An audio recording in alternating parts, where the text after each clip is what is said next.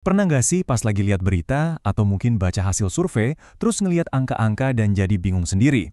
Nah, hari ini kita bakal coba ngurai statistik. Tapi tenang, ini bukan pelajaran matematika yang ribet loh. Anggap aja ini kayak peta buat kita navigasi dunia yang isinya data semua. Yuk kita mulai! Beneran deh, kita ini kayak hidup di tengah lautan data. Setiap hari kita tuh dibombardir sama angka, grafik, macam-macam klaim. Pertanyaannya simple. Gimana caranya kita bedain mana informasi yang beneran penting, mana yang cuma noise atau gangguan doang?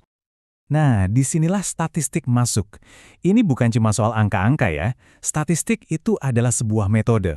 Alat bantu kita buat membereskan kekacauan, mengubah data yang tadinya mentah jadi sebuah wawasan yang berguna. Oke, jadi apa sih sebenarnya statistik itu?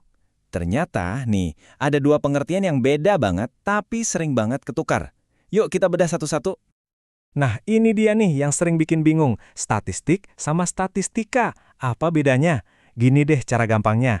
Anggap aja statistik itu bahan-bahannya. Kayak angka, fakta, data mentah gitu. Nah, kalau statistika itu adalah buku resepnya. Ilmunya, metodenya, cara kita ngolah bahan-bahan tadi biar jadi sesuatu yang bermakna. Jadi yang satu datanya, yang satu lagi ilmunya. Terus, apa gunanya si buku resep ini? Intinya, ada 4 hal utama. Pertama, buat ngegambarin data, misalnya ngerangkum hasil survei. Kedua, buat nyederhanain data yang tadinya kompleks jadi gampang dimengerti. Ketiga, ini penting, buat ngasih kita cara ngebandingin sesuatu. Mana yang lebih bagus, A atau B. Dan yang keempat, yang paling keren, dia bisa ngubah yang tadinya cuma kayaknya atau perasaan doang jadi bukti yang objektif. Setiap kali kita melakukan analisis statistik, itu tuh kayak sebuah perjalanan. Ada 4 langkah utama yang harus kita lewatin buat ngubah tumpukan angka mentah jadi sebuah penemuan. Yuk, kita telusuri perjalanannya. Nah, perjalanannya itu selalu sama urutannya, mulai dari ngumpulin data, terus data itu disajiin biar enak dilihat, habis itu dianalisis buat nyari polanya, dan terakhir, diinterpretasiin apa artinya. Nggak bisa lompat-lompat ya, soalnya setiap langkah itu jadi fondasi buat langkah selanjutnya. Langkah pertama tentu aja ngumpulin data. Tapi ini bukan asal ngumpulin loh, ini tahap perencanaan. Mirip kayak koki yang lagi nyiapin bahan masakan. Kita harus tahu persis mau ngukur apa dan butuh sampel berapa banyak. Kan nggak mungkin kita nanya ke semua orang di Indonesia, ya kan? Makanya, kita harus pinter-pinter ngambil sampel yang pas. Oke, data udah kekumpul, tapi biasanya data mentah itu bentuknya kayak potongan puzzle yang masih acak-acakan. Nah, di langkah kedua ini, tugas kita adalah merapikan puzzle itu. Kita sajikan dalam bentuk visual, misalnya grafik kayak gini. Dengan cara ini, pola yang tadinya nggak kelihatan, tiba-tiba jadi jelas banget. Sekarang kita masuk ke bagian serunya, jadi detektif data. Di tahap analisis ini, kita pakai berbagai alat matematika buat nyari petunjuk dan pola yang tersembunyi.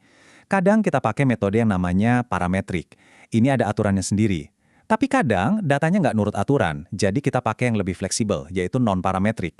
Tujuannya sama aja, ngebongkar cerita di balik angka-angka itu. Dan ini dia, langkah terakhir yang paling penting, interpretasi.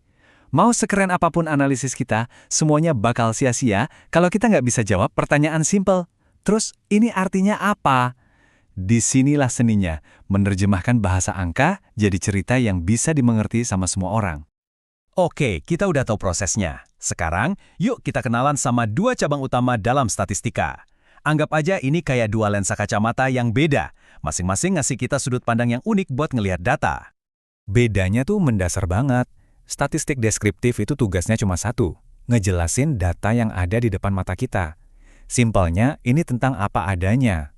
Nah, kalau statistik inferensial, ini lebih kayak peramal. Dia pakai data sampel yang kecil buat nebak gambaran yang lebih besar atau apa yang mungkin terjadi di masa depan. Contohnya gimana? Gini, misalnya kita punya data nilai ujian dari satu kelas. Terus kita bilang, oke, 65% siswa di kelas ini dapat nilai di atas KKM. Nah, itu statistik deskriptif. Kita cuma ngegambarin fakta dari data yang kita punya saat itu. Nggak lebih, nggak kurang. Sekarang, bandingin sama kalimat ini. Coba perhatiin kata kuncinya, diasumsikan. Di sini kita mungkin cuma ngambil data dari beberapa kelas aja, tapi kita bikin prediksi tentang semua siswa di sekolah itu. Nah, ini dia statistik inferensial. Dia melakukan lompatan dari data kecil yang kita punya ke sebuah kesimpulan yang jauh lebih besar. Oke, sama kayak tukang yang punya kotak perkakas, peneliti juga punya kotak perkakas statistiknya sendiri. Isinya macam-macam alat buat ngejawab pertanyaan yang beda-beda. Yuk, kita intip isinya. Secara umum, ada dua jenis alat utama. Yang pertama, parametrik. Ini tuh kayak kunci pas yang ukurannya udah pasti. Cocok banget kalau datanya rapi dan ngikutin pola tertentu, kayak kurva lonceng gitu. Tapi, kalau datanya berantakan dan gak beraturan, nah kita butuh alat yang lebih fleksibel, yaitu non-parametrik. Ini kayak kunci Inggris yang bisa diatur-atur ukurannya. Selain itu, kita juga bisa milih mau sedalam apa analisisnya. Kalau univariat, kita cuma ngelihat satu hal aja, contohnya rata-rata umur pengunjung. Kalau bivariat, kita lihat hubungan antara dua hal. Misalnya, benar nggak sih kalau makin sering olahraga makin bagus tidurnya? Nah, kalau multivariat ini lebih kompleks lagi. Kita lihat hubungan banyak hal sekaligus, olahraga, pola makan, dan tingkat stres. Gimana semuanya ngaruh ke kualitas tidur. Jadi, buat apa sih semua proses dan alat-alat canggih ini? Jawabannya simpel banget. Karena statistik itu adalah mesin penggerak penemuan ilmiah. Dialah fondasi dari setiap keputusan yang kita ambil berdasarkan bukti, bukan cuma asumsi. Penelitian ilmiah yang benar itu punya ciri khas. Dia harus sistematis, logis, berdasarkan bukti nyata, dan bisa diuji ulang sama orang lain. Nah, statistika inilah yang jadi kerangka kerjanya, yang jadi aturan mainnya biar semua syarat itu terpenuhi dan hasil temuan kita bisa dipercaya. Coba deh perhatiin tahap-tahap penelitian ini, mulai dari identifikasi masalah, bikin hipotesis, sampai narik kesimpulan. Kedengeran familiar nggak? Yap, ini kan mirip banget sama proses statistik yang kita bahas dari tadi. Keduanya memang jalan barengan, kayak dua sisi dari koin yang sama. Jadi pada akhirnya, inilah intinya. Statistik itu bukan sekedar pelajaran matematika yang susah. Dia adalah tulang punggung dari metode ilmiah. Dari mulai kita punya dugaan atau hipotesis, sampai kita bisa narik kesimpulan yang kuat, statistiklah alat yang ngebantu kita buat belajar tentang dunia ini secara objektif. Nah, sekarang kamu udah tahu prosesnya kan?